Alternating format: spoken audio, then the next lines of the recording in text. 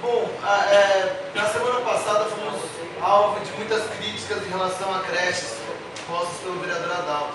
Eu gostaria só de colocar, não só para ele, mas como para a imprensa, para todos os cidadãos que aqui participam, que na quinta-feira tive presente em duas inaugurações de duas novas creches, sendo que uma delas foi por mim decretada de utilidade pública. Ela vai ter mais de 75 crianças, fora um trabalho que vamos fazer para expandir mais ainda.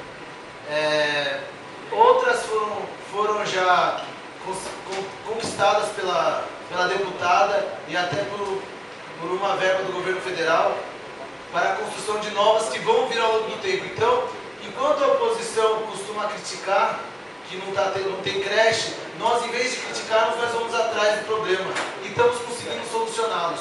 Aos poucos, nós vamos conseguindo preencher essa lacuna que foi deixada por outras administrações do passado. É importante explicar sempre que a nossa cidade ela vem crescendo e não adianta colocar a criança de qualquer jeito, jogar numa creche. A gente tem que ter qualidade para a criança poder futuramente entrar num bom colégio, que o nosso ensino hoje é de extrema qualidade. Nós temos inglês de primeira a quarta série, informática. Temos também faculdade pública que a deputada Rita Passos trouxe para a nossa cidade, a FATEC. Temos outras universidades que estão sendo instaladas aqui. Então é uma cidade que está prosperando muito.